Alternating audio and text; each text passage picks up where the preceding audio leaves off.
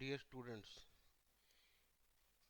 ਜਿਹੜੀ ਇਹ ਵੀਡੀਓ ਹੈ ਇਹ ਖਾਸ ਕਰਕੇ ਉਹਨਾਂ ਬੱਚਿਆਂ ਲਈ ਡਿਜ਼ਾਈਨ ਕੀਤੀ ਗਈ ਹੈ ਜਿਹੜੇ ਬੱਚੇ ਐਟ ਪ੍ਰੈਜ਼ੈਂਟ 12ਵੀਂ ਕਲਾਸ ਦੇ paper Punjab school education board ਦੇ ਰਾਹੀਂ ਜਿਨ੍ਹਾਂ ਨੇ ਹੁਣ ਦੇਣੇ ਹਨ, ਜਾਂ ਫਿਰ ਉਹ ਬੱਚੇ ਵੀ ਜਿਹੜੇ ਹੁਣੇ ਪਲੱਸ 2 ਕਲਾਸ ਵਿੱਚ ਹੋਏ ਹਨ ਪੰਜਾਬ ਸਕੂਲ ਐਜੂਕੇਸ਼ਨ ਬੋਰਡ ਦੇ ਵਿੱਚ।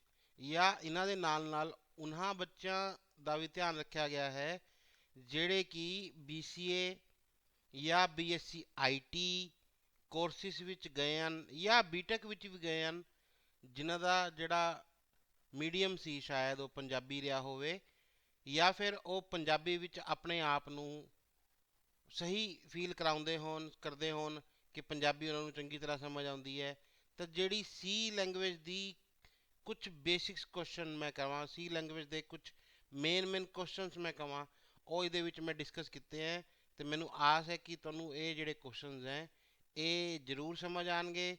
ਇਹਦੇ ਨਾਲ ਨਾਲ ਹੀ ਤੁਹਾਨੂੰ ਇੱਕ ਰਿਕੁਐਸਟ ਕਰੂੰਗਾ ਕਿ ਇਹ ਵੀਡੀਓ ਤੁਸੀਂ ਅੰਤ ਤੱਕ ਪੂਰਾ ਦੇਖਿਓ, ਐਂਡ ਤੱਕ, ਤਾਂ ਜੋ ਤੁਸੀਂ ਇਸ ਵੀਡੀਓ ਨੂੰ ਚੰਗੀ ਤਰ੍ਹਾਂ ਸਮਝ ਸਕੋ। ਅਤੇ ਮੇਰਾ ਇੱਕ ਤੁਹਾਡੇ ਨਾਲ ਇੱਕ ਵਾਅਦਾ ਹੈ ਕਿ ਜੇਕਰ ਤੁਸੀਂ ਇਹ ਵੀਡੀਓ ਚੰਗੀ ਤਰ੍ਹਾਂ ਸੁਣ ਲੈਂਦੇ ਹੋ, ਉਸ ਦੇ ਬਾਅਦ ਇਹਨਾਂ ਕੁਐਸਚਨਾਂ ਨੂੰ ਕਰਨ ਦੇ ਲਈ ਤੁਹਾਨੂੰ ਦੁਬਾਰਾ ਤੋਂ ਸ਼ਾਇਦ ਕਿਤਾਬ ਵੀ ਨਾ ਖੋਲਣੀ ਪਏ। ਪਰ ਗੱਲ ਹੋਈ ਹੈ ਕਿ ਵੀਡੀਓ ਨੂੰ ਤੁਸੀਂ ਐਂਡ ਤੱਕ ਦੇਖੋਗੇ ਔਰ ਧਿਆਨ ਨਾਲ ਹਰ ਇੱਕ ਕੁਐਸਚਨ ਉਹਦਾ ਜਵਾਬ ਸੁਣੋਗੇ। ਹੁਣ ਮੈਂ ਸ਼ੁਰੂ ਕਰ ਰਹਾ ਆਪਣੀ ਵੀਡੀਓ ਸ਼ੁਰੂ ਕਰ ਰਿਹਾ ਪਲੱਸ 2 ਕਲਾਸ ਦੇ ਅਕੋਰਡਿੰਗ।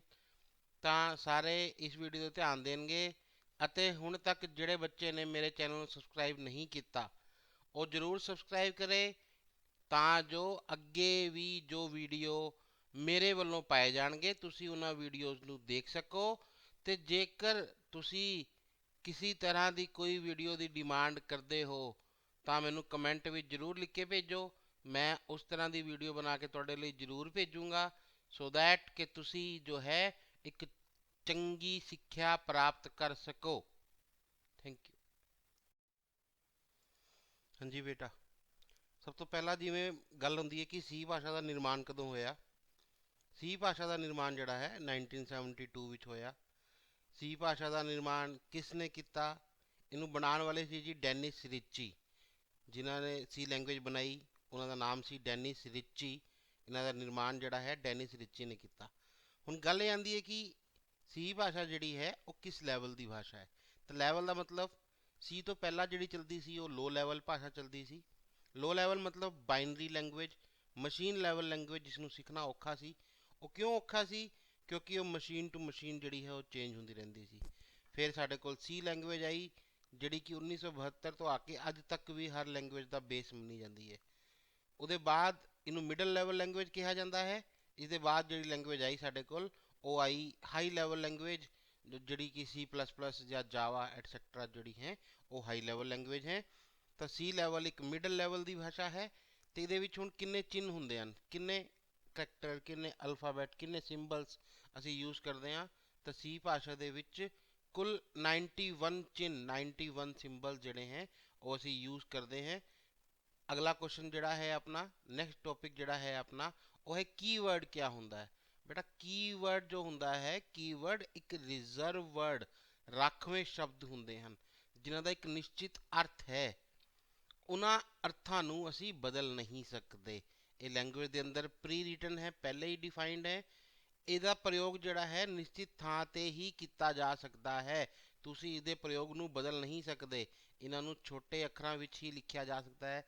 ਅਸੀਂ ਕੀਵਰਡ ਨੂੰ ਕੈਪੀਟਲ ਲੈਟਰ ਵਿੱਚ ਨਹੀਂ ਲਿਖ ਸਕਦੇ। ਉਦਾਹਰਨ ਮੈਂ ਤੁਹਾਨੂੰ ਦਿੱਤੀ ਹੈ, ਜਿਵੇਂ int, char, void, these are some examples of keyword. ਇਹਨਾਂ ਦਾ ਅੱਗੇ ਅੱਗੇ ਕਿਆ ਪ੍ਰਯੋਗ ਆਏਗਾ ਉਹ ਤੁਸੀਂ ਦੇਖਦੇ ਰਹੋਗੇ। ਆਇਡੈਂਟੀਫਾਇਰਸ ਕਿਆ ਹੈ? ਆਇਡੈਂਟੀਫਾਇਰਸ ਮਤਲਬ ਕਿ ਜਿਵੇਂ ਇੱਕ ਨਾਂ ਦਿਆ ਜਾਂਦਾ ਹੈ, ਇੱਕ ਨਾਮ ਦਿਆ ਜਾਂਦਾ ਹੈ ਕਿਸੇ ਵੀ ਵੇਰੀਏਬਲ ਨੂੰ, ਜੋ ਅਸੀਂ ਨਾਮ ਦਿੰਦੇ ਹਾਂ ਉਹਨੂੰ ਆਇਡੈਂਟੀਫਾਈ ਕਰਨ ਦੇ ਲਈ ਉਸ ਨੂੰ ਆਇਡੈਂਟੀਫਾਇਰਸ ਕਿਹਾ ਜਾਂਦਾ ਹੈ। ਇਹਦੇ ਹਿਸਾਬ ਨਾਲ ਹੁਣ ਆਪਾਂ ਇਹਨੂੰ ਲਿਖਾਂਗੇ ਕਿਵੇਂ? ਛੋਟੇ ਲਿਖ ਸਕਦੇ ਹਾਂ ਕਿ ਵੱਡੇ? ਇਹਨਾਂ ਨੂੰ ਛੋਟੇ ਵਿੱਚ ਵੀ ਲਿਖਿਆ ਜਾ ਸਕਦਾ ਹੈ, ਵੱਡੇ ਵਿੱਚ ਵੀ ਲਿਖਿਆ ਜਾ ਸਕਦਾ ਹੈ। ਚੰਗਾ ਹੋਏਗਾ ਜੇ ਤੁਸੀਂ ਲੋਅਰ ਕੇਸ ਹੀ ਯੂਜ਼ ਕਰੋ। ਉਦਾਹਰਨ ਸਮ, ਪ੍ਰੋਡਕਟ, ਸਟੂਡੈਂਟ, ਜੋ ਵੀ ਨਾਮ ਤੁਸੀਂ ਦਿਓਗੇ ਕਿਸੇ ਵੀ ਵੇਰੀਏਬਲ ਨੂੰ ਕਿਸੇ ਵੀ ਫੰਕਸ਼ਨ ਨੂੰ, ਉਹ ਤੁਹਾਡੇ ਲਈ ਕਿਆ ਬਣ ਜਾਏਗਾ, ਆਇਡੈਂਟੀਫਾਇਰ ਬਣ ਜਾਏਗਾ। ਨਾਓ ਆਈ ਥਿੰਕ ਕਿ ਕਲੀਅਰ ਕਿ ਕੀਵਰਡ ਕਿਆ ਹੈ। ਇਹ ਪਹਿਲੇ ਹੀ ਜੋ ਨਾਮ ਦਿੱਤੇ ਗਏ हैं ਲੈਂਗੁਏਜ ਦੇ ਅੰਦਰ, ਜਿਨ੍ਹਾਂ ਦਾ ਮੀਨਿੰਗ ਪ੍ਰੀ ਡਿਫਾਈਨਡ ਹੈ। ਤੇ ਆਇਡੈਂਟੀਫਾਇਰ ਜੋ ਨਾਮ ਤੁਸੀਂ ਦੇ ਰਹੇ ਹੋ, ਉਹ ਉਹਨਾਂ ਨੂੰ ਆਇਡੈਂਟੀਫਾਇਰ ਕਵਾਂਗੇ। ਤਾਂ ਸਾਡਾ ਨੈਕਸਟ ਜਿਹੜਾ ਆਏਗਾ ਉਹ ਆ ਗਿਆ ਕੌਨਸਟੈਂਟ। ਕੌਨਸਟੈਂਟ ਕੀ ਹੈ? ਕੌਨਸਟੈਂਟ, ਹਾਂਜੀ ਕੌਨਸਟੈਂਟ ਕਿਆ ਹੁੰਦਾ ਹੈ? ਕੌਨਸਟੈਂਟ ਹੁੰਦਾ ਜੀ ਪ੍ਰੋਗਰਾਮ ਦੇ ਚਲਾਉਣ ਵੇਲੇ ਜਿਹਦਾ ਮੁੱਲ ਨਹੀਂ ਬਦਲਦਾ, ਮੀਨਸ ਉਹਦੀ ਵੈਲਿਊ ਸੇਮ ਰਹੇਗੀ। ਜਿਵੇਂ ਮੈਂ ਐਗਜ਼ਾਮਪਲ ਵਿੱਚ ਲਿਆ ਕਿ x ਦੀ ਵੈਲਿਊ ਕਿਤਨੀ ਹੈ ਜੀ, 5 ਹੈ। ਤਾਂ ਬੇਟਾ x ਦੀ ਵੈਲਿਊ 5 ਹੈ ਤਾਂ ਇਹ ਨਹੀਂ ਬਦਲ ਰਹੇਗਾ, ਨਹੀਂ ਬਦਲੇਗਾ। x ਦੀ ਵੈਲਿਊ ਕਿੰਨੀ ਰਹੇਗੀ? 5 ਰਹੇਗੀ। ਤਾਂ x ਨੂੰ ਕੀ ਕਿਹਾ ਜਾਏਗਾ? ਇੱਕ ਕੌਨਸਟੈਂਟ ਕਿਹਾ ਜਾਏਗਾ। ਜਿਹਦਾ ਮੁੱਲ ਨਹੀਂ ਬਦਲੇਗਾ ਉਸ ਨੂੰ ਕਿਹਾ ਜਾਂਦਾ ਹੈ ਕੌਨਸਟੈਂਟ। ਅਗਲਾ ਆ ਗਿਆ ਜੀ, next question is variable. Variable ਕਿਆ ਹੁੰਦਾ ਹੈ? ਤਾਂ ਬੇਟਾ ਵੇਰੀਏਬਲ ਮੀਨਸ ਪ੍ਰੋਗਰਾਮ ਦੀ ਐਗਜ਼ੀਕਿਊਸ਼ਨ ਦੇ ਸਮੇਂ ਜਿਹਦਾ ਮੁੱਲ ਬਦਲ ਜਾਂਦਾ ਹੈ। ਜੋ ਮੁੱਲ ਬਦਲਦਾ ਹੈ ਪ੍ਰੋਗਰਾਮ ਦੇ ਚੱਲਦੇ ਸਮੇਂ, ਉਸ ਨੂੰ ਵੇਰੀਏਬਲ ਕਿਹਾ ਜਾਂਦਾ ਹੈ। ਉਦਾਹਰਨ ਜਿਵੇਂ ਮੈਂ ਦਿੱਤਾ, ਉਦਾਹਰਨ ਮਤਲਬ ਕਿ c ਬਰਾਬਰ ਹੈ a ਪਲਸ b। ਇੱਥੇ c ਦਾ ਮੁੱਲ ਕਿਹਦੇ ਤੇ ਨਿਰਭਰ ਕਰਦਾ ਹੈ? a ਤੇ b ਦੇ ਜੋੜ ਤੇ ਨਿਰਭਰ ਕਰਦਾ ਹੈ ਜੀ। ਜੇਕਰ a ਦੀ ਵੈਲਿਊ 10 ਹੈ, b ਦੀ 10 ਹੈ, ਤਾਂ c ਦਾ ਮੁੱਲ ਕਿੰਨਾ ਆਏਗਾ? 20। ਜੇ ਦੋਨੋਂ ਦਾ ਮੁੱਲ 20 ਹੈ ਤਾਂ c ਦਾ ਕਿੰਨਾ ਆਏਗਾ? 40। ਤਾਂ c ਦਾ ਵੈਲਿਊ ਜਿਹੜਾ c ਹੈ ਇਸ ਕੁਐਸਚਨ ਵਿੱਚ c ਇੱਕ ਵੇਰੀਏਬਲ ਹੈ। ਨੈਕਸਟ ਆਂਦਾ ਜੀ ਹਿਦਾਇਤ ਕਿਆ ਹੁੰਦੀ ਹੈ? ਹਿਦਾਇਤ ਮਤਲਬ ਇੱਕ ਸਟੇਟਮੈਂਟ ਜੋ ਕਿ ਇੱਕ ਨਿਸ਼ਚਿਤ ਕੰਮ ਕਰੇਗੀ। ਜਿਵੇਂ c a plus b ਹੀ ਲੈ ਲਓ, ਤਾਂ c a plus b ਮਤਲਬ ਕਿ ਇੱਕ ਹਿਦਾਇਤ ਹੈ ਜਿਹੜੀ ਕਿ a plus b ਨੂੰ ਜੋੜਨ ਤੋਂ ਬਾਅਦ ਉਹਨਾਂ ਦਾ ਰਿਜ਼ਲਟ ਕਿਹਨੂੰ ਅਸਾਈਨ ਕੀਤਾ ਜਾ ਰਿਹਾ ਹੈ? c ਨੂੰ ਅਸਾਈਨ ਕੀਤਾ ਜਾ ਰਿਹਾ ਹੈ। ਉਹਨੂੰ ਕਹਿੰਦੇ ਆ ਆਪਾਂ ਹਿਦਾਇਤ।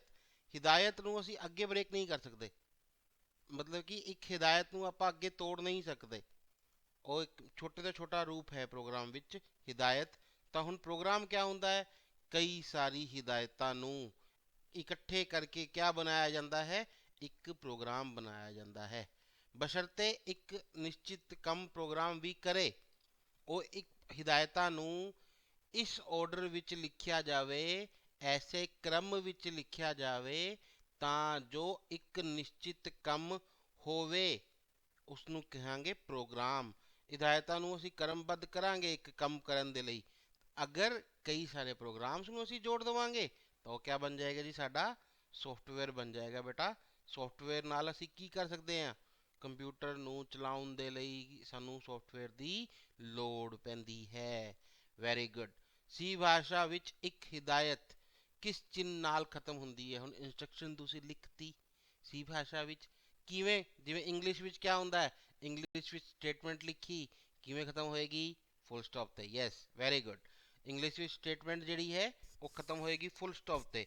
ਇਵੇਂ ਹੀ ਸੀ ਭਾਸ਼ਾ ਵਿੱਚ ਜਿਹੜੀ ਹੈ ਇੱਕ ਹਿਦਾਇਤ ਇੱਕ ਸਟੇਟਮੈਂਟ ਸੈਮੀਕੋਲਨ ਦੇ ਨਾਲ ਖਤਮ ਹੁੰਦੀ ਹੈ। ਦ ਨੈਕਸਟ ਇਜ਼ ਸੀ ਭਾਸ਼ਾ ਵਿੱਚ ਸਟੇਟਮੈਂਟਸ ਕਿੰਨੇ ਪ੍ਰਕਾਰ ਦੀ ਹੁੰਦੀ ਹੈ? ਤਾਂ ਕਹਿੰਦਾ ਸੀ ਭਾਸ਼ਾ ਵਿੱਚ ਸਟੇਟਮੈਂਟ ਜਿਹੜੀ ਹੈ ਉਹ 4 ਤਰ੍ਹਾਂ ਦੀ ਹੁੰਦੀ ਹੈ।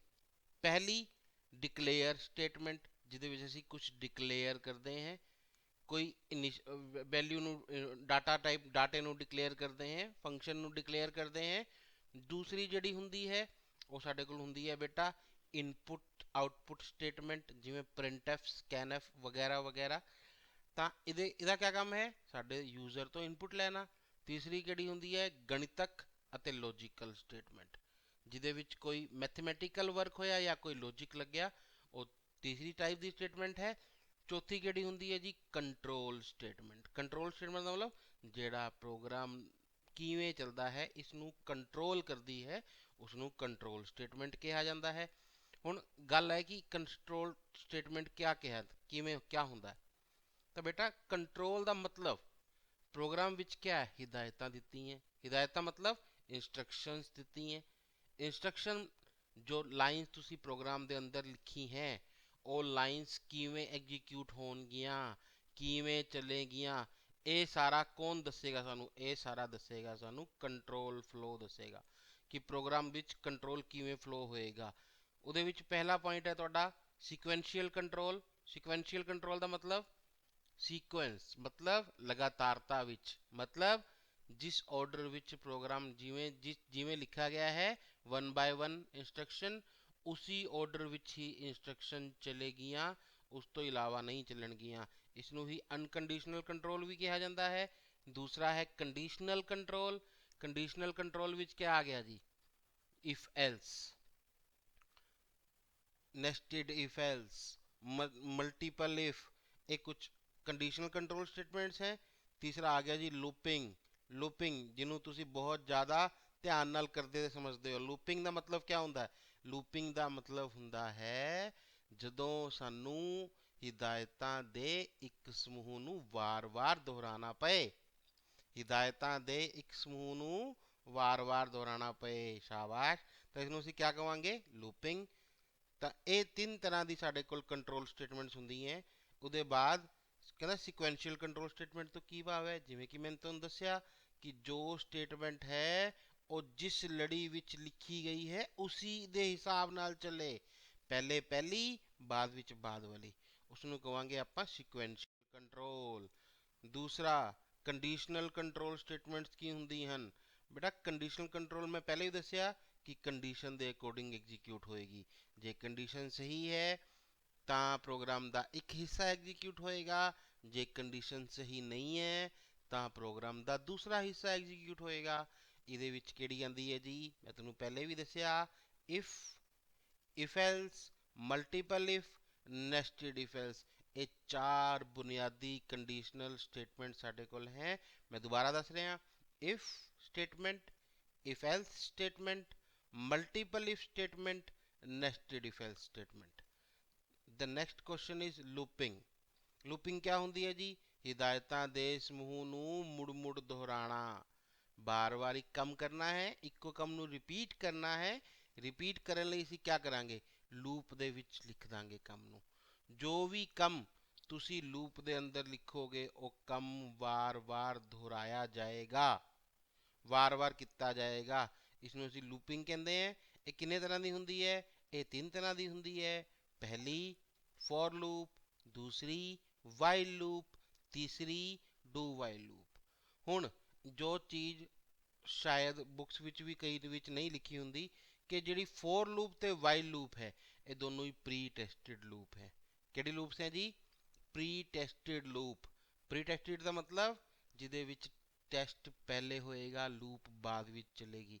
ਕੰਡੀਸ਼ਨ ਪਹਿਲਾਂ ਚੈੱਕ ਹੋਏਗੀ, ਲੂਪ ਬਾਅਦ ਵਿੱਚ ਚੱਲੇਗੀ। ਪਰ ਜਿਹੜੀ ਡੂ ਵਾਈਲ ਹੈ ਉਹ ਪੋਸਟ ਟੈਸਟਡ ਲੂਪ ਹੈ। ਡੂ ਵਾਈਲ ਕਿਹੜੀ ਲੂਪ ਹੈ? Post tested. ਮਤਲਬ ਕਿ ਕੰਡੀਸ਼ਨ ਬਾਅਦ ਵਿੱਚ ਚੈੱਕ ਹੋਏਗੀ ਤੇ ਲੂਪ ਜਿਹੜੀ ਹੈ ਉਹ ਪਹਿਲੇ ਇੱਕ ਵਾਰ ਕੰਮ ਕਰੇਗੀ। ਇਸੀ ਕਰਕੇ ਡੂ ਵਾਈਲ ਲੂਪ ਜਿਹੜੀ ਹੈ ਉਹ ਇੱਕ ਵਾਰ ਜ਼ਰੂਰ ਐਗਜ਼ੀਕਿਊਟ ਹੁੰਦੀ ਹੈ, ਚਾਹੇ ਸਾਡੀ ਕੰਡੀਸ਼ਨ ਸਹੀ ਹੈ, ਚਾਹੇ ਸਾਡੀ ਕੰਡੀਸ਼ਨ ਗਲਤ ਹੈ। ਹੁਣ ਤੁਹਾਡੇ ਦਿਮਾਗ 'ਚ ਇੱਕ ਗੱਲ ਆ ਰਹੀ ਹੋਏਗੀ ਕਿ ਸਰ ਤਾਂ ਬਹੁਤ ਜਲਦੀ ਜਲਦੀ ਚਲੀ ਜਾ ਰਹੇ, ਇੰਨੀ ਜਲਦੀ ਤਾਂ ਪੜ੍ਹਿਆ ਵੀ ਨਹੀਂ ਜਾਂਦਾ।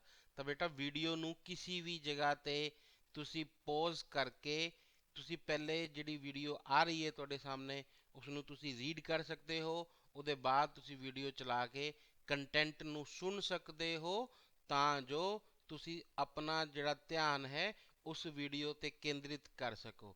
ਫਿਰ ਮੈਂ ਦੁਬਾਰਾ ਇੱਕ ਵਾਰ ਗੱਲ ਕਹੂੰਗਾ ਕਿ ਇਸ ਵੀਡੀਓ ਨੂੰ ਅੰਤ ਤੱਕ ਦੇਖਣਾ, ਐਂਡ ਤੱਕ ਦੇਖਣਾ ਤੁਹਾਡੇ ਲਈ ਬਹੁਤ ਹੀ ਲਾਹੇਵੰਦ ਸਾਬਿਤ ਹੋਏਗਾ। ਇਸ ਕਰਕੇ ਇਸ ਵੀਡੀਓ ਨੂੰ ਐਂਡ ਤੱਕ ਜ਼ਰੂਰ ਦੇਖਿਓ। ਮਾਈ ਨੈਕਸਟ ਟੌਪਿਕ ਇਜ਼ ਕਿ ਡਾਟਾ ਟਾਈਪ ਕਿਆ ਹੈ। ਤਾਂ ਡਾਟਾ ਟਾਈਪ ਕਿਆ ਹੈ? ਡਾਟਾ ਟਾਈਪ ਹੁੰਦਾ ਹੈ ਡਾਟਾ ਦੀ ਟਾਈਪ। ਜੋ ਆਪਾਂ ਇੱਕ ਪ੍ਰੋਗਰਾਮ ਵਿੱਚ ਡਾਟਾ ਯੂਜ਼ ਕਰਨ ਜਾ ਰਹੇ ਹਾਂ ਉਹਦੀ ਟਾਈਪ ਕਿਆ ਹੈ। ਮਤਲਬ ਦੇਖੋ, ਯੂ ਆਰ ਇੰਟੈਲੀਜੈਂਟ। ਮਤਲਬ ਕਿਵੇਂ ਇੰਟੈਲੀਜੈਂਟ? ਤੁਸੀਂ ਸਾਰੇ ਬਹੁਤ ਸਮਝਦਾਰ ਹੋ। ਮੈਂ ਤੁਹਾਨੂੰ ਕਹਾਂ 2 + 3, ਤੁਸੀਂ ਮੈਨੂੰ ਕਿਆ ਕਹੋਗੇ? 5। ਤੁਸੀਂ ਮੇਰੇ ਤੋਂ ਸਵਾਲ ਨਹੀਂ ਪੁੱਛਿਆ ਕਿ ਸਰ 2 ਕਿਆ ਹੈ, 3 ਕਿਆ ਹੈ? ਨਹੀਂ ਪੁੱਛਿਆ ਨਾ? ਕਿਉਂ ਨਹੀਂ ਪੁੱਛਿਆ? ਇਸ ਕਰਕੇ ਨਹੀਂ ਪੁੱਛਿਆ ਕਿਉਂਕਿ ਤੁਸੀਂ ਜਾਣਦੇ ਹੋ ਕਿ ਇਹ 2 ਤੇ 3 ਜਿਹੜੇ ਹੈ ਇਹ ਨੰਬਰ ਹੈ। ਤੁਸੀਂ ਮੇਰੇ ਤੋਂ ਸਵਾਲ ਨਹੀਂ ਪੁੱਛਿਆ, ਸਿੱਧਾ ਮੈਨੂੰ ਆਨਸਰ ਦੇਤਾ। ਪਰ ਜੇ ਮੈਂ ਕੰਪਿਊਟਰ ਨੂੰ ਕਹਾਂ ਨਾ a + b, ਇਹ ਮੇਰੇ ਤੋਂ ਸਵਾਲ ਪੁੱਛੇਗਾ ਕਿ ਭਾਈ ਇਹ ਕਿਆ ਹੈ, a ਕਿਆ ਹੈ, b ਕਿਆ ਹੈ। ਤਾਂ ਉਹ ਡਾਟਾ ਜਿਹੜਾ a ਤੇ b ਦੇ ਰੂਪ ਵਿੱਚ ਜਾਂ 5 ਤੇ 3 ਦੇ ਰੂਪ ਵਿੱਚ ਮੈਂ ਕੰਪਿਊਟਰ ਵਿੱਚ ਲਿਖਿਆ ਉਹਦੀ ਟਾਈਪ ਦੱਸਣਾ ਮੇਰੇ ਵਾਸਤੇ ਜ਼ਰੂਰੀ ਹੈ। ਤਾਂ ਹੀ ਕੰਪਿਊਟਰ ਨੂੰ ਸਮਝ ਆਏਗੀ ਕਿਉਂ ਦੱਸਣੀ ਪੈਂਦੀ ਹੈ? ਉਹਦੇ ਹਿਸਾਬ ਨਾਲ ਕੰਪਿਊਟਰ ਨੂੰ ਪਤਾ ਲੱਗਦਾ ਕਿ ਉਹਦੀ ਰੇਂਜ ਕਿਤਨੀ ਹੈ ਤੇ ਉਹਦਾ ਸਾਈਜ਼ ਕਿਤਨਾ ਹੈ, ਕਿਉਂਕਿ ਕੰਪਿਊਟਰ ਵਿੱਚ ਉਹਦੀ ਡਾਟੇ ਦੀ ਰੇਂਜ ਦਾ ਲੋਅਰ ਲਿਮਿਟ ਤੇ ਅਪਰ ਲਿਮਿਟ ਦਾ ਪਤਾ ਹੋਣਾ ਜ਼ਰੂਰੀ ਹੈ, ਅਤੇ ਉਹਦੇ ਨਾਲ ਨਾਲ ਉਹਦਾ ਸਾਈਜ਼ ਕਿ ਮੈਮਰੀ ਵਿੱਚ ਕਿੰਨੀ ਸਟੋਰੇਜ ਲਏਗਾ ਉਹਦਾ ਵੀ ਪਤਾ ਹੋਣਾ ਜ਼ਰੂਰੀ ਹੈ। ਤਾਂ ਡਾਟੇ ਦੀ ਟਾਈਪ ਨੂੰ ਡਿਕਲੇਅਰ ਜ਼ਰੂਰ ਕੀਤਾ ਜਾਏਗਾ। ਜੇ ਨਹੀਂ ਡਿਕਲੇਅਰ ਕਰਾਂਗੇ ਤਾਂ ਅਸੀਂ ਯੂਜ਼ ਨਹੀਂ ਕਰ ਸਕਦੇ ਡਾਟਾ। ਉਦਾਹਰਨ ਇੰਟ ਇੰਟੀਜ਼ਰ ਲਈ, ਕੈਰ ਕਰੈਕਟਰ ਲਈ। ਤਾਂ ਹੁਣ ਗੱਲ ਆ ਜਾਂਦੀ ਹੈ ਕਿ ਮੈਂ ਜਿਵੇਂ ਦੱਸਿਆ ਕਿ ਸਾਈਜ਼, ਤਾਂ ਕੁਛ ਇੱਕ ਡਾਟਾ ਟਾਈਪ ਮੈਂ ਲਿਖੀਆਂ ਜਿਵੇਂ ਕੈਰ, ਇੰਟ, ਫਲੋਟ, ਇਹ ਕਿੰਨਾ ਕਿੰਨਾ ਤੁਹਾਡਾ ਜਿਹੜੀ ਹੈ ਮੈਮਰੀ ਵਿੱਚ ਸਪੇਸ ਲੈਣਗੀਆਂ। ਤਾਂ ਜਿਵੇਂ ਕਰੈਕਟਰ ਹੈ, ਕੈਰ ਲਿਖਦੇ ਹਾਂ ਅਸੀਂ 1 byte, integer 2 byte, float 4 byte, long integer 4 byte, double float ਤੋਂ ਡਬਲ ਹੋ ਜਾਂਦਾ ਹੈ 8 ਬਾਈਟ, ਤੇ ਲੌਂਗ ਡਬਲ 10 ਬਾਈਟ। ਇਹ ਡਾਟਾ ਟਾਈਪ ਜਿਹੜੀ ਹੈ ਮੈਮਰੀ ਵਿੱਚ ਇਤਨੀ ਇਤਨੀ ਬਾਈਟ ਸਟੋਰੇਜ ਲੈਣਗੀਆਂ। ਔਰ ਮੈਂ ਤੁਹਾਨੂੰ ਦੱਸ ਦਿੰਦਾ ਕਿ 1 byte is equal to 8 bits. 1 byte is equal to 8 bits. ਇਹਦਾ ਮਤਲਬ ਜਿਹੜਾ ਇੰਟੀਜ਼ਰ ਹੈ ਉਹ ਮੈਮਰੀ ਵਿੱਚ 2 ਬਾਈਟ ਯਾਨੀ 16 ਬਿਟਸ। ਟੋਟਲ ਕਿੰਨੇ ਬਿਟਸ ਲਏਗਾ ਜੀ? 16 ਬਿਟਸ ਲਏਗਾ। ਇਹ ਤੁਹਾਨੂੰ ਯਾਦ ਰੱਖਣ ਵਾਲੀ ਗੱਲ ਹੈ ਕਿ ਇੰਟੀਜ਼ਰ ਜਿਹੜਾ ਹੈ 2 ਬਾਈਟ ਲੈਂਦਾ ਹੈ। ਇਹਨਾਂ ਦਾ ਸਾਈਜ਼ ਕੰਪਾਈਲਰ ਟੂ ਕੰਪਾਈਲਰ ਬਦਲੇਗਾ। ਕੁਐਸਚਨ ਆਏਗਾ ਕਿ ਸਰ ਹੁਣ ਕੰਪਾਈਲਰ ਕਿਆ ਹੁੰਦਾ ਹੈ? ਦੱਸ ਰਹੇ ਹਾਂ ਜੀ, ਕੰਪਾਈਲਰ ਵੀ ਦੱਸਾਂਗਾ। ਉਸ ਤੋਂ ਪਹਿਲੇ ਹੈ ਆਪਰੇਟਰ ਕੀ ਹੁੰਦੇ ਹਨ। ਆਪਰੇਟਰ ਕਿਆ ਹੁੰਦੇ ਹਨ? ਹਾਂਜੀ, ਤੁਹਾਨੂੰ ਸਭ ਨੂੰ ਪਤਾ ਹੈ ਕਿ ਆਪਰੇਟਰ ਕੀ ਹੁੰਦੇ ਹਨ। ਮੈਂ ਤੁਹਾਨੂੰ ਦੱਸਾਂ, ਐਗਜ਼ਾਮਪਲ ਦਵਾਂ ਜਿਵੇਂ ਪਲੱਸ, ਤਾਂ ਆਪਰੇਟਰ ਜਿਹੜਾ ਹੈ ਉਹ ਪਲੱਸ ਹੈ। ਕਿਵੇਂ ਪਲੱਸ ਕਰਦੇ ਹਾਂ? ਆਪਾਂ ਲਿਖਦੇ ਹਾਂ a ਪਲੱਸ b। ਯੈਸ, ਤਾਂ a ਪਲੱਸ b ਵਿੱਚ a ਤੇ b ਜੋ ਹੈ ਉਹ ਅਪਰੈਂਡ ਹੈ, ਡਾਟਾ ਹੈ। ਤੇ ਆਪਰੇਟਰ ਉਹ ਚਿੰਨ੍ਹ ਹੈ ਜਿਹੜਾ ਅਪਰੈਂਡ ਜਾਂ ਡਾਟੇ ਤੇ ਕੰਮ ਕਰਨ ਤੋਂ ਬਾਅਦ ਇੱਕ ਨਿਸ਼ਚਿਤ ਮੁੱਲ ਮੋੜਦਾ ਹੈ, ਉਸ ਨੂੰ ਆਪਰੇਟਰ ਕਿਹਾ ਜਾਂਦਾ ਹੈ। ਇਹ ਕਿੰਨੇ ਪ੍ਰਕਾਰ ਦਾ ਹੁੰਦਾ ਹੈ ਜੀ ਆਪਰੇਟਰ? ਇਹ ਜਨਰਲੀ ਆਪਰੇਟਰ ਜਿਹੜਾ ਹੈ ਉਹ 3 ਤਰ੍ਹਾਂ ਦਾ ਹੁੰਦਾ ਹੈ: ਯੂਨਰੀ ਆਪਰੇਟਰ, ਬਾਈਨਰੀ ਆਪਰੇਟਰ ਤੇ ਟਰਨਰੀ ਆਪਰੇਟਰ। ਤਾਂ ਹੁਣ ਕੁਐਸਚਨ ਆਏਗਾ ਯੂਨਰੀ ਆਪਰੇਟਰ ਕਿਆ ਹੈ? ਯੂਨਰੀ ਜਿਹਦੇ ਵਾਸਤੇ ਇੱਕ ਅਪਰੈਂਡ ਦੀ ਲੋੜ ਹੋਵੇ। ਕਿੰਨੇ ਅਪਰੈਂਡ ਦੀ ਲੋੜ ਹੋਵੇ? ਇੱਕ ਅਪਰੈਂਡ ਦੀ ਲੋੜ ਹੋਵੇ, ਉਸ ਨੂੰ ਯੂਨਰੀ ਆਪਰੇਟਰ ਕਿਹਾ ਜਾਂਦਾ ਹੈ। ਉਦਾਹਰਨ ਲਈ ਇੰਕਰੀਮੈਂਟ ਆਪਰੇਟਰ ਤੇ ਡਿਕਰੀਮੈਂਟ ਆਪਰੇਟਰ ਜਿਹੜੇ ਹੈ ਇਹ ਕਿਹੜੇ ਆਪਰੇਟਰ ਹੈ ਜੀ? ਸਾਡੇ ਕੋਲ ਯੂਨਰੀ ਆਪਰੇਟਰ ਹੈ। ਉਹਦੇ ਬਾਅਦ ਸਾਡਾ ਨੈਕਸਟ ਆ ਗਿਆ ਜੀ, ਉਹ ਕਿਹੜਾ ਹੈ ਸਾਡੇ ਕੋਲ topic? Binary operator. Binary operator ਕਿਹੜੇ ਹੁੰਦੇ ਹਨ? ਤਾਂ ਬਾਈਨਰੀ ਆਪਰੇਟਰ ਜਿਵੇਂ ਕਿ ਯੂਨਰੀ ਵੀ ਦੇਖਿਆ ਸੀ ਆਪਾਂ ਨੇ ਕਿ ਯੂਨਰੀ ਕੋਲ ਕਿੰਨੇ ਹੈ ਜੀ ਅਪਰੈਂਡ? ਇੱਕ ਅਪਰੈਂਡ ਹੈ। ਨਾਮ ਤੋਂ ਹੀ ਪਤਾ ਲੱਗਦਾ ਹੈ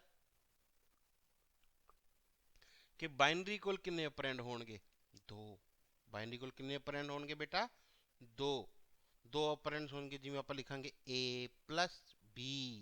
very good, a plus b। ਤਾਂ ਪਲੱਸ ਜਿਹੜਾ ਹੈ ਇਹਦੇ ਲੈਫਟ ਤੇ ਰਾਈਟ ਦੋਨੋਂ ਪਾਸੇ ਆ ਗਿਆ।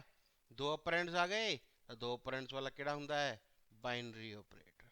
Next is ternary operator. ਹਾਂਜੀ, ਕੌਣ ਦੱਸੇਗਾ ਟਰਨਰੀ? ਸ਼ਾਬਾਸ਼, very good very good. Ternary, ternary ਕਿਆ ਹੁੰਦਾ ਹੈ? ਟਰਨਰੀ ਜਿਹੜਾ ਆਪਰੇਟਰ ਹੈ ਉਹ ਟਰਨਰੀ ਆਪਰੇਟਰ ਜਿਸ ਨੂੰ ਕੰਮ ਕਰਨ ਲਈ 3 ਅਪਰੈਂਡ ਦੀ ਲੋੜ ਹੁੰਦੀ ਹੈ, ਉਸ ਨੂੰ ਟਰਨਰੀ ਆਪਰੇਟਰ ਕਿਹਾ ਜਾਂਦਾ ਹੈ। ਉਦਾਹਰਨ ਕੁਐਸਚਨ ਮਾਰਕ ਤੇ ਕੋਲਨ, ਇਹ ਦੋਵੇਂ ਟਰਨਰੀ ਆਪਰੇਟਰ ਹਨ ਤੇ ਇਹਨਾਂ ਨੂੰ ਕੰਡੀਸ਼ਨਲ ਆਪਰੇਟਰ ਵੀ ਕਿਹਾ ਜਾਂਦਾ ਹੈ।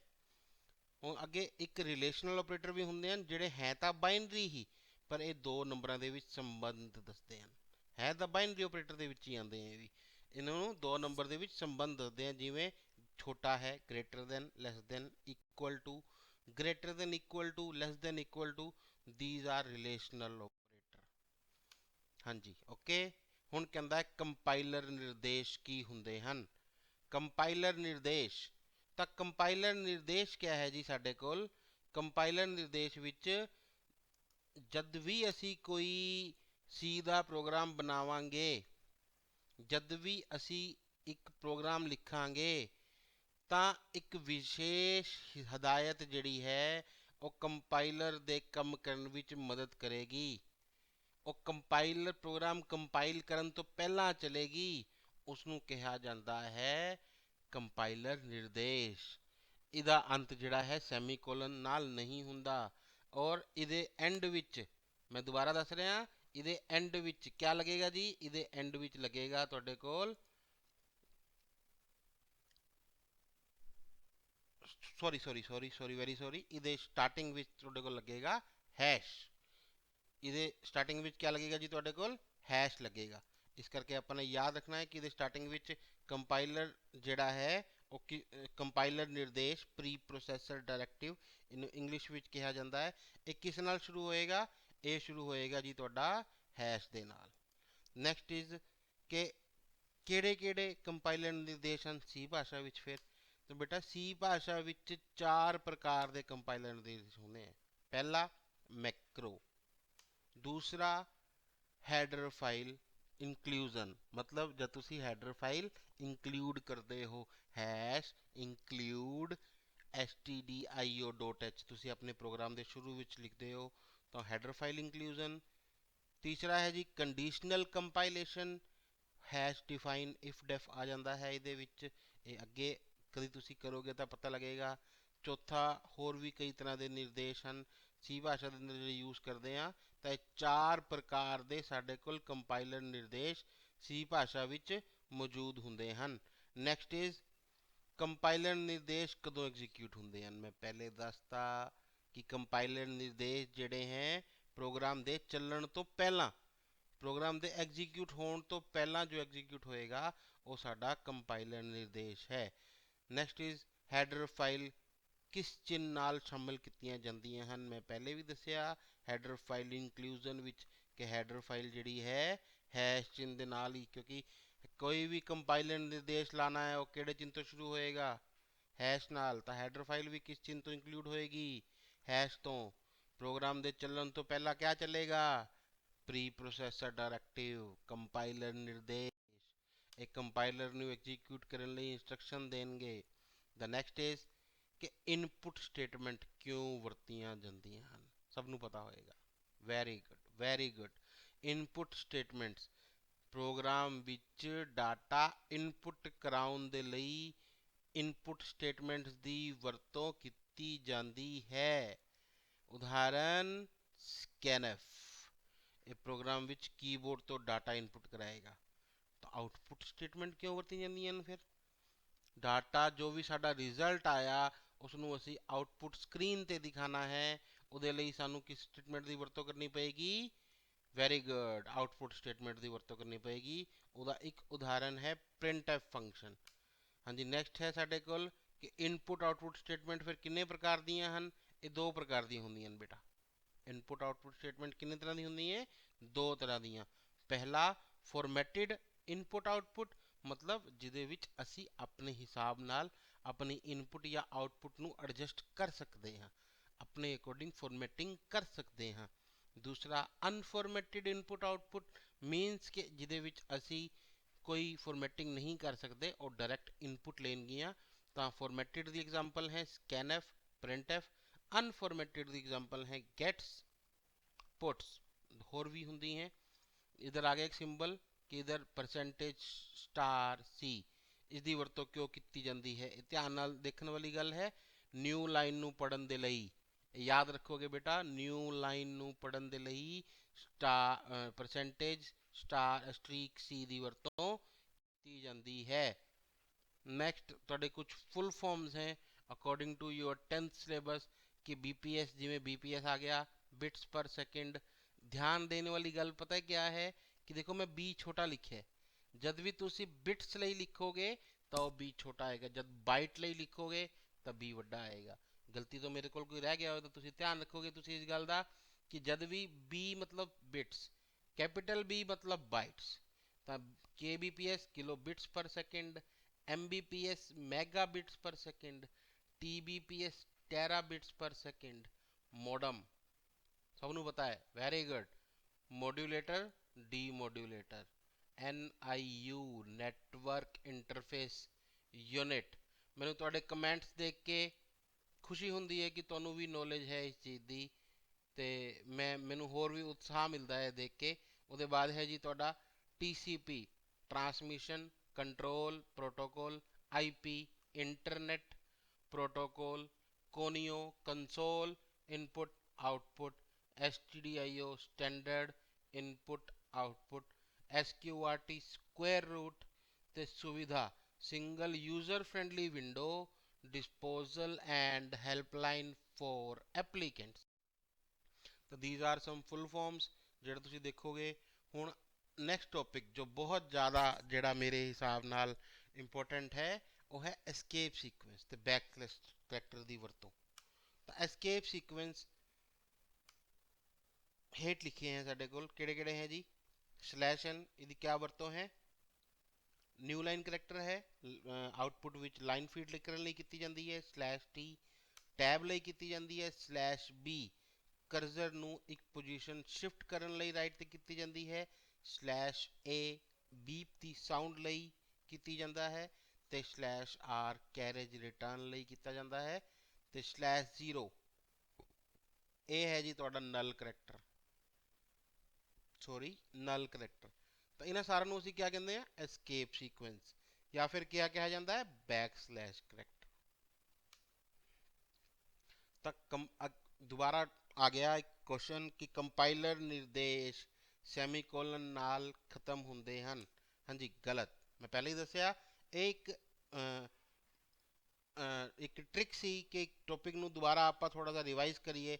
ਇਸ ਕਰਕੇ ਮੈਂ ਕੋਸ਼ਿਸ਼ ਕੀਤੀ ਇਹਦੇ ਵਿੱਚ ਕਿ ਕੁਝ ਕੁਐਸਚਨਸ ਨੂੰ ਮਿੰਗਲ ਕੀਤਾ ਹੈ, ਟੌਪਿਕ ਇਧਰ ਤੋਂ ਉਧਰ ਕੀਤਾ ਹੈ, ਤਾਂ ਜੋ ਜਿਹੜਾ ਹੈ ਉਹ ਪਿਛਲਾ ਵੀ ਯਾਦ ਰਹੇ ਤੇ ਅਸੀਂ ਅਗਲਾ ਵੀ ਕਰਦੇ ਰਹੀਏ।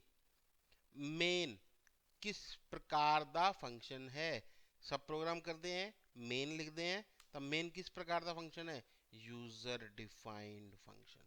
यूजर डिफाइंड का मतलब यूजर बनाता है, पर इसनों डिक्लेयर करने की लोड़ नहीं होती, ये ऑटोमैटिकली डिक्लेयर्ड है, तुसी सिर्फ इसनों डिफाइन करोगे। अगला जड़ा अकॉर्डिंग टू +1 सिलेबस लीडिंग क्या होंगी है, लाइना दे विच दी दूरी, दो लाइनों के विच दी दूरी नूं असीं क्या कहते हैं, लीडिंग कहते हैं जी।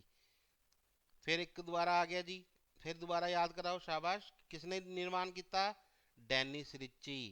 नाउ द क्वेश्चन इज कि कंपाइलर की है, कंपाइलर तो मिडल लैवल या हाई लैवल भाषा नूं लो लैवल विच बदलना ते लो लैवल नूं हाई लैवल विच बदलना, ये किहदा काम है, कंपाइलर दा।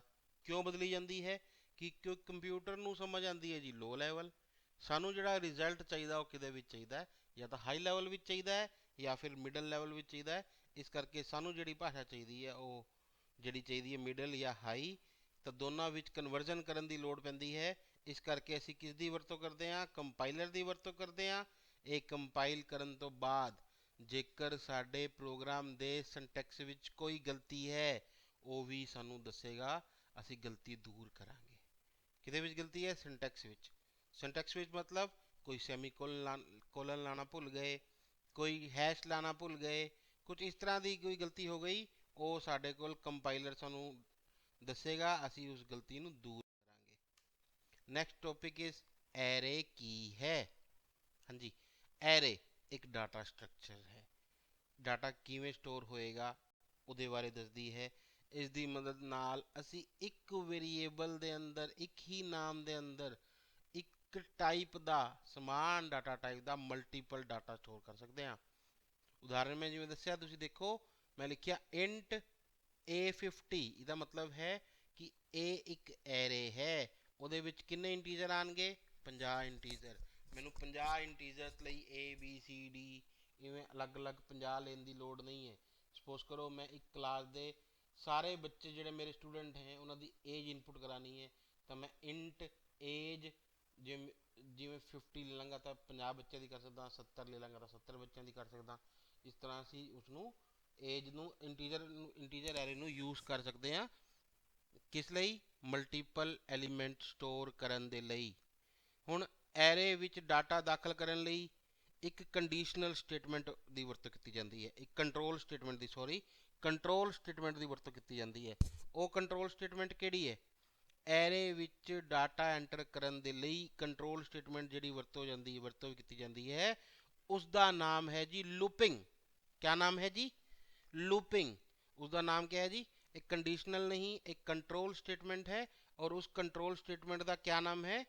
उस कंट्रोल स्टेटमेंट का नाम है जी लूपिंग। तो याद रखोगे कि एरे जिहड़ी है लूपिंग विच तुसी एरे विच डाटा एंटर कराना है, तो उस डाटा लई उस डाटे ਦੇ ਲਈ ਜੋ ਤੁਹਾਡੇ ਕੋਲ ਤੁਸੀਂ ਕੰਟਰੋਲ ਸਟੇਟਮੈਂਟ ਯੂਜ਼ ਕਰੋਗੇ ਉਹ ਹੈ looping control statement. Very good. Next is array ਕਿੰਨੇ ਪ੍ਰਕਾਰ ਦੀ ਹੁੰਦੀ ਹੈ? ਤਾਂ ਬੇਟਾ ਐਰੇ ਜਿਹੜੀ ਹੈ ਉਹ ਦੋ ਪ੍ਰਕਾਰ ਦੀ ਹੁੰਦੀ ਹੈ। ਪਹਿਲੀ ਸਿੰਗਲ ਡਾਇਮੈਂਸ਼ਨਲ ਐਰੇ, ਦੂਸਰੀ ਮਲਟੀ ਡਾਇਮੈਂਸ਼ਨਲ ਐਰੇ।